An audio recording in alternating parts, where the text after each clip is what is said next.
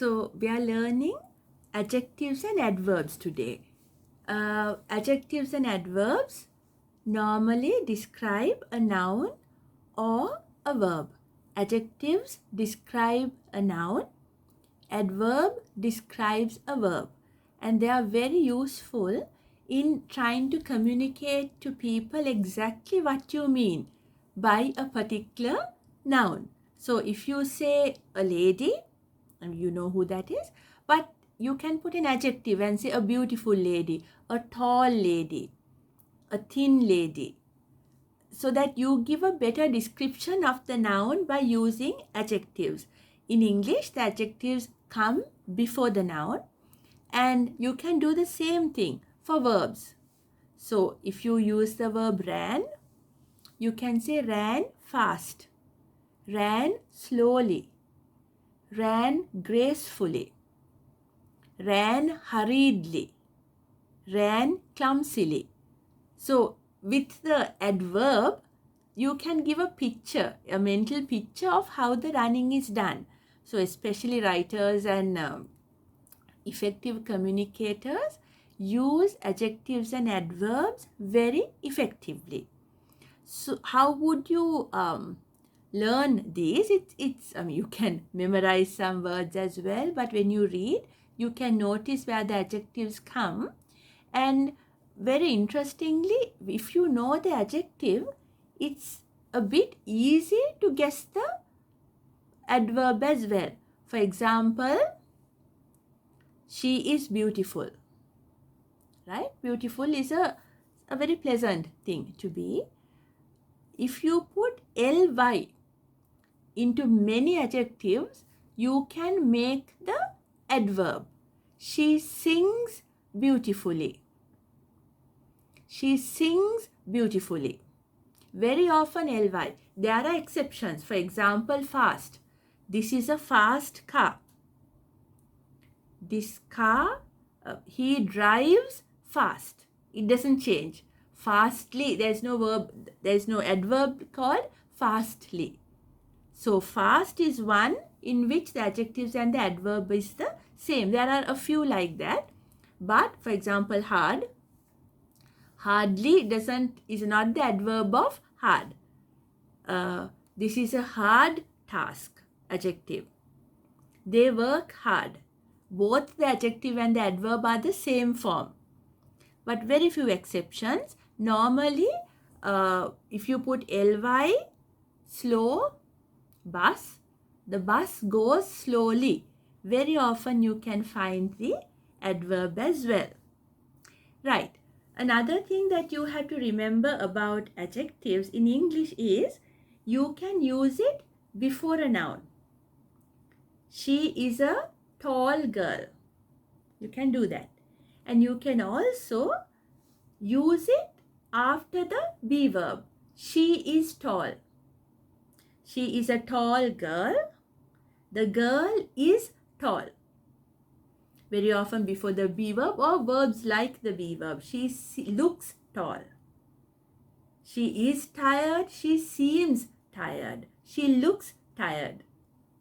You can also use it alone to describe the noun after a be verb or something like a be verb. So remember those two. Even an adverb. She drives slowly. She speaks fast. They work hard. The students talk softly. Very often the adverb in this describing a verb, especially the manner, follows the verb. When you talk about adverbs, there are various other forms of adverbs which we will get to later. Today I am talking about the adverbs of manner, how to describe how a noun is done, how a noun is done by the person doing it, and that's an adverb of manner. Very often by putting ly to an adjective, you can form it and you use it after the noun. She speaks slowly. She speaks fast. She teaches well. Well is also an adverb, remember. They converse cleverly. They talk in a very clever fashion. So learn about adjectives and adverbs, and to describe it or to show it in context, I have picked a poem by a Black American writer called Langston Hughes, who in his poetry discussed a lot about what it means to be a Black American in the USA. I've spoken a lot about that in this series, and especially in my Sinhala version of these lessons. And what I picked today was a poem called Dream Variations, a short poem, but quite deep in what he's trying to say, and also it's a very musically done poem. You can probably feel the rhythm when you say this poem. So let me read it. Dream Variations, Langston Hughes. To fling my arms wide in some place of the sun, to whirl and to dance till the white day is done, then rest at cool evening beneath a tall tree, while night comes on gently, dark like me. That's my dream. To fling my arms wide in the face of the sun, dance, whirl, whirl, till the quick day is done. Rest at pale evening, a tall, slim tree, night coming tenderly, black like me. So he juxtaposes his blackness, his darkness, with dark night, which always is the gentle element in this poem. The white day. So the white, black, he talks about night and day, but he connects gentleness and rest with blackness, and he keeps saying black like me, right? So there's a peace, there's a joy, there's a rest, a calmness in accepting the blackness. And maybe you can even say when it's day, he might be enjoying himself and dancing, but it also could be tiring. Like, during day you have to work, you have to dance, you have to like run a rat race kind of thing.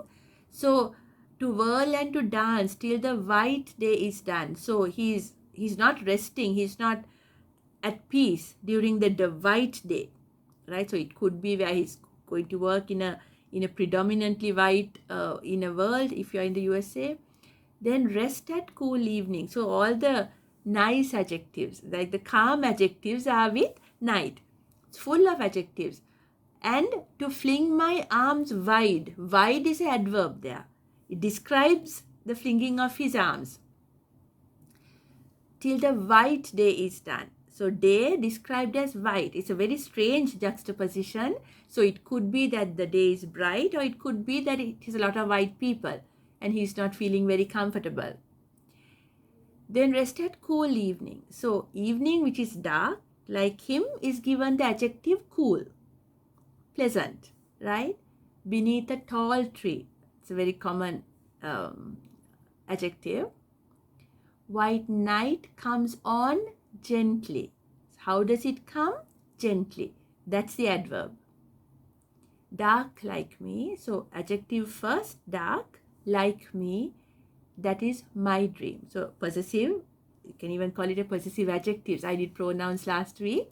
So the possessive form of the pronoun is also called the possessive adjective.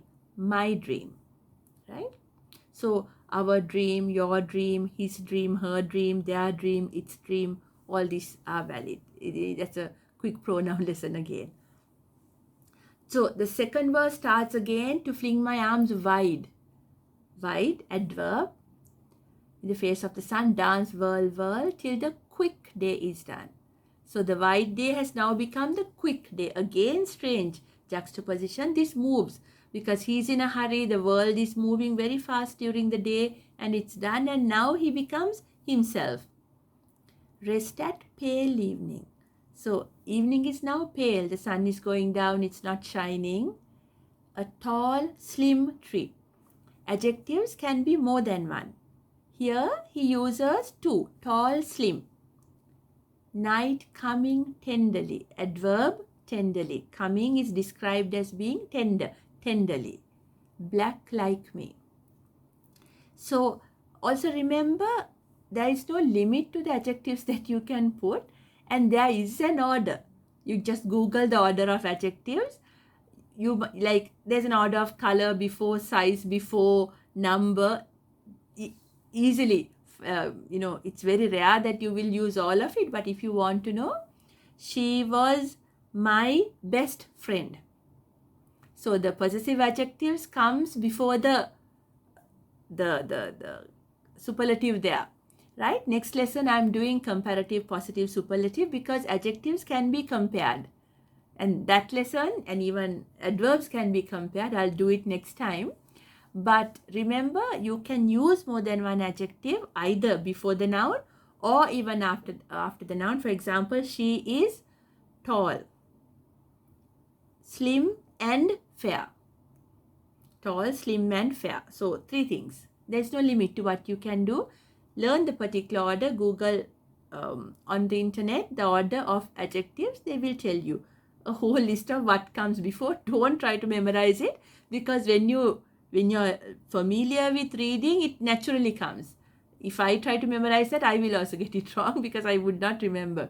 But you naturally use it that way. Should you want to learn it, please go and Google the order of adjectives. So this poem uses both adjectives and adverbs very effectively. He tries to, by its use, tell how he has identified with the calmness, coolness, because it always ends with dark like me, black like me, and he's rejoicing in that. He's feeling calm about it. Okay, so thank you. This should be enough for introducing adverbs and adjectives to you. Next time I will show you how to compare them. Thank you very much.